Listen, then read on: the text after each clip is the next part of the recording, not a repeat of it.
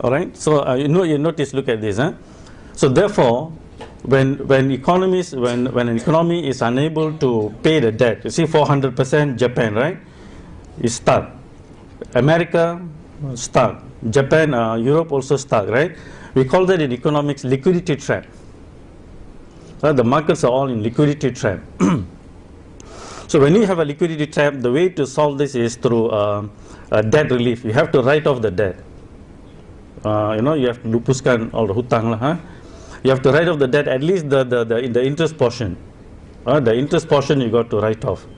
And you require people to pay only the principal portion. Now that is necessary if you want to jumpstart the economy again. Now, I will come back to that. So when you don't do that, when people people and businesses default, then there will be a collapse of the monetary system. That's what we call the meltdown. A destruction of money takes place currently. Huh? So you see the America, and then you see Europe, and you also see Dubai, right? The Arab Spring also has had relation to that. And I think by next year and so on, we will be facing it. Huh? There is a domino effect that is taking place. So the Arab Spring is also because of a collapse of the monetary system. So it all started in 2007 when the subprime crisis started. You all are aware of that, right? So it's actually a destruction of the dollar. So the destruction of dollar spread the problem to the Europe. So you saw many banks in Europe also were collapsing, right? So now the Arab world, the Dubai and so on, huh? That's what is happening. So what we are observing today is basically the collapse of the debt-based monetary system globally. Huh? The debt-based monetary system is what is collapsing globally. So if I can, that means, you see the major currencies that I showed you just now, the dollar, the yen and the euro, all of them will face problem now. Because these are the major countries with the major debt, isn't it? So when these countries collapse, so all these currencies will collapse. So this is what you're going to face. So when the major currencies collapse, then the question is, what will be this thing? People will lose confidence in all currencies, because these are the major currencies. People put so much of faith in them, right? So when these currencies face problem and collapse, so people will just will lose faith in all currencies. So now the alternative is, what will be the alternative will come into question. Now you see when things collapse like this, you see in a fiat monetary system, you all know what is the seigniorage, right? The seigniorage is, you see, money that is created out of nothing. When you print or when you create money through electronically, it is very easy, very cheap to create. So the free purchasing power that it carries with it, we call that seigniorage. The seigniorage will transfer wealth and power from individuals, companies, governments to people who create money. So this is a view from political economic perspective. You know that the domains of political economy is the struggle for wealth and power, right? So this monetary system will take away the wealth and power from individuals, businesses, and governments, and it will enthrone this on people who create money, those who are given the right to create money. Basically, today's the banking system, where the banking system, they will be the ones who become the creators. So you saw the statistics earlier. You saw America, Japan, and all this. You saw they are becoming debtors, isn't it? But in accounting, you know that for every debtor there must be a creditor. So who are the creditors in the system? Those are the ones. So to whom you gave the right to create money out of nothing and give to people as a loan on a compounded basis. So they are the creditors in the system. Okay? So the whole world, individuals, businesses, and governments will become indebted. We all will become indebted. The creditors will be the banking system. And slowly you will find the control over the resources of the nation and also the power will be enthroned on this group. Very easy. I don't think you need a PhD to understand this, right? Very simple logic, isn't it? Now you notice what happened in the European debt problem. You see, in the European debt problem, after the entire thing collapsing, you notice that they replaced one new Italy and Greece got new prime minister, right?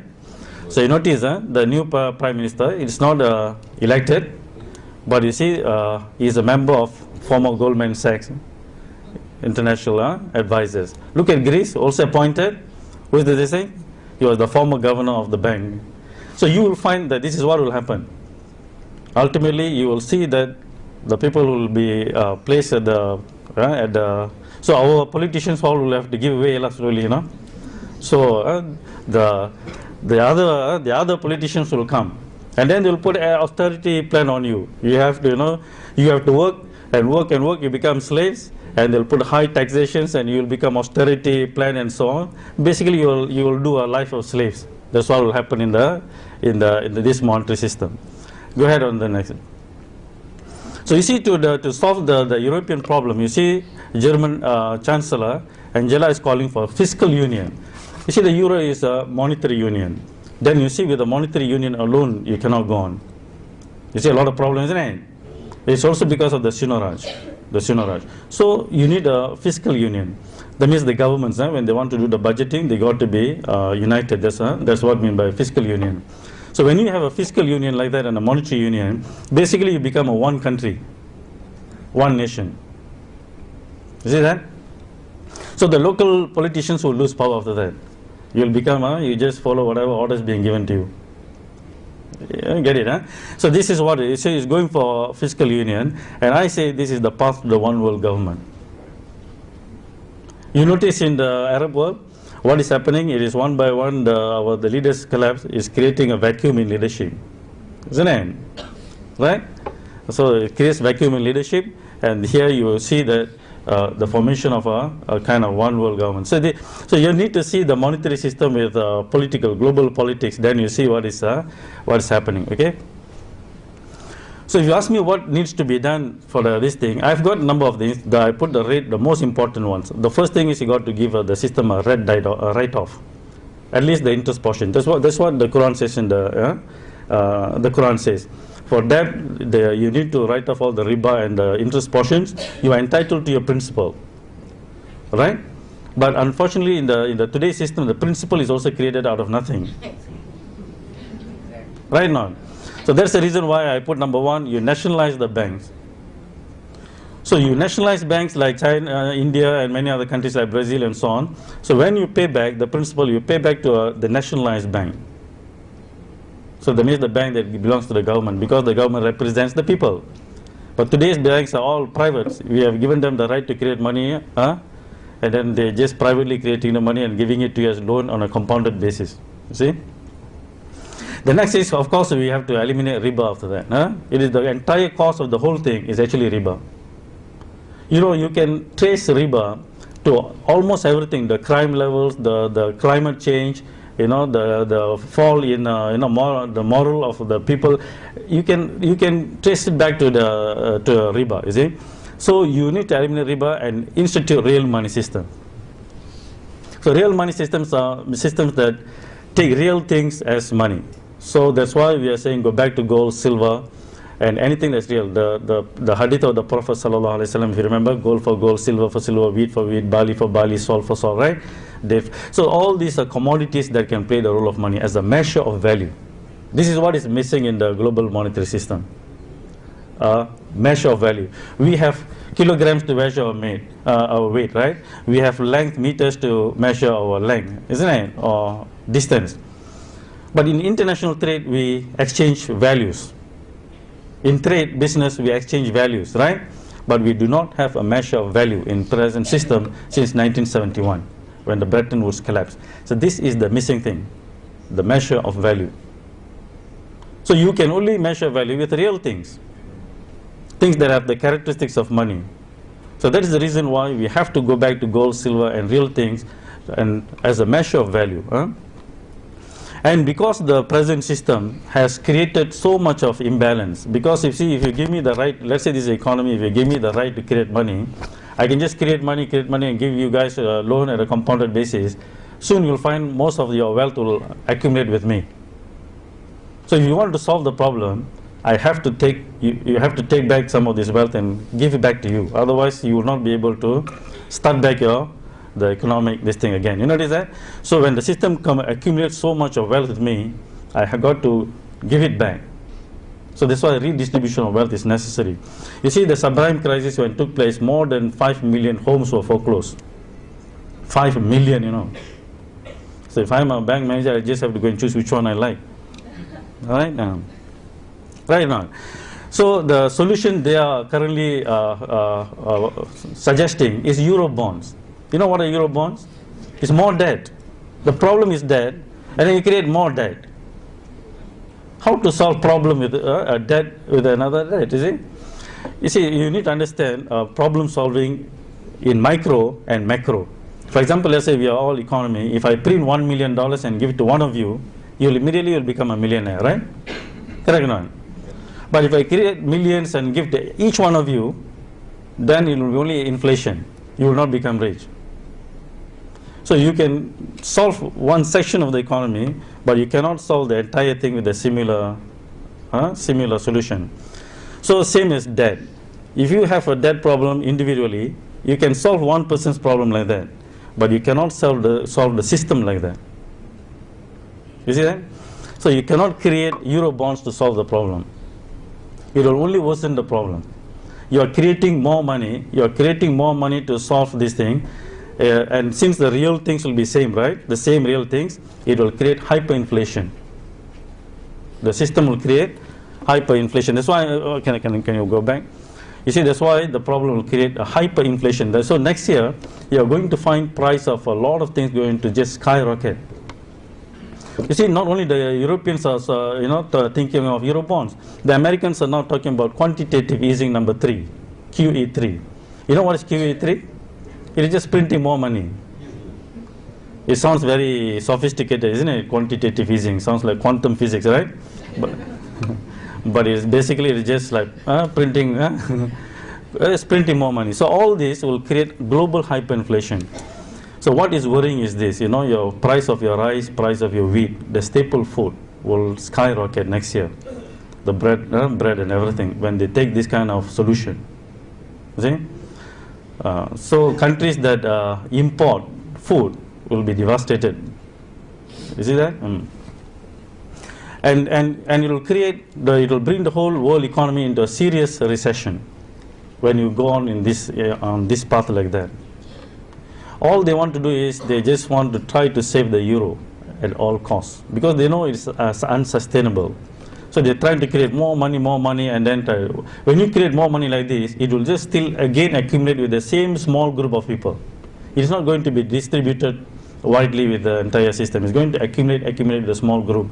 So it's going to create a serious unemployment and also a global economic depression, if you see from the way I see the direction it's going. And if you learn anything from our past history, mankind, whenever such things happen, they always try to solve the problem through wars. So when you cannot control people through economic, this thing like this, the seigniorage of the international currencies, which are losing, all of them, euro, the dollar, yen, all are going down. So what do? You go and take the people's real resources, take over the real resources. So that is the reason why you see the game in the Middle East. It's a war for oil. It's a control for oil. Because if you control the oil resources, you can control China, you can control everyone, because they all need the oil for the economic engine. You see that? Even Alan Greenspan in his book, the Age of Turbulence, he mentioned the Iraqi war is for oil. It's in the book. Right? You can say it is for the mass destruction and all the stuff, but it's for oil. So if you see the game, there's only one country left for them to take on. The moment if they get Iran, then the China will be subdued. In fact, you'll come to understand that is what is missing. So that's why the success of when we all talk about the dinar system, the success of the dinar is not minting the dinar. It's not in minting the dinar or this thing. Yes, it is important, but the success in pricing things in gold and silver. You can mint the dinar, but the moment you don't price things gold and silver, it will not work. It will not work. Okay. So therefore, this thing is that in 1990s we saw a collapse of socialism, 2007, and now you're actually observing the collapse of capitalism. So there's no more ism for them already. right? So there's only one left. So inshallah, this century is, I think, inshallah, it will be a century for Islam to lead. But anytime, paradigms shift, the shift will be very volatile. So that's why whatever I say, it may assume, it may look like you are like the prophets of doom. Remember prophets of doom, all the stories of this thing? No. I think that this tenure, this one decade will be very volatile. But what we are going to see is an age of bliss, inshallah. It's coming, okay? So if you have if you do the right thing, you will do something good for our next generation. The next generation, if you let the one world government to go, take a step, they will become one central bank to create money for the entire world. That is the direction that the other side like to go. One central bank for the entire world, one world government. If you go to, if that is reached, what you'll find is that the children will become basically slaves. But there will be peace. There will be peace because it will be a police state. There will be peace, but basically you'll be slaves, but you do not know you are a slave. You'll be just having your, a simple little bit of income, but everything else will be controlled, and there will be a godless society basically. But if you reverse it, the other side, if you're able to establish the real money and eliminate riba and so on, you will release them into an age of bliss, abundance, and freedom, and age of prosperity, and a world of faith.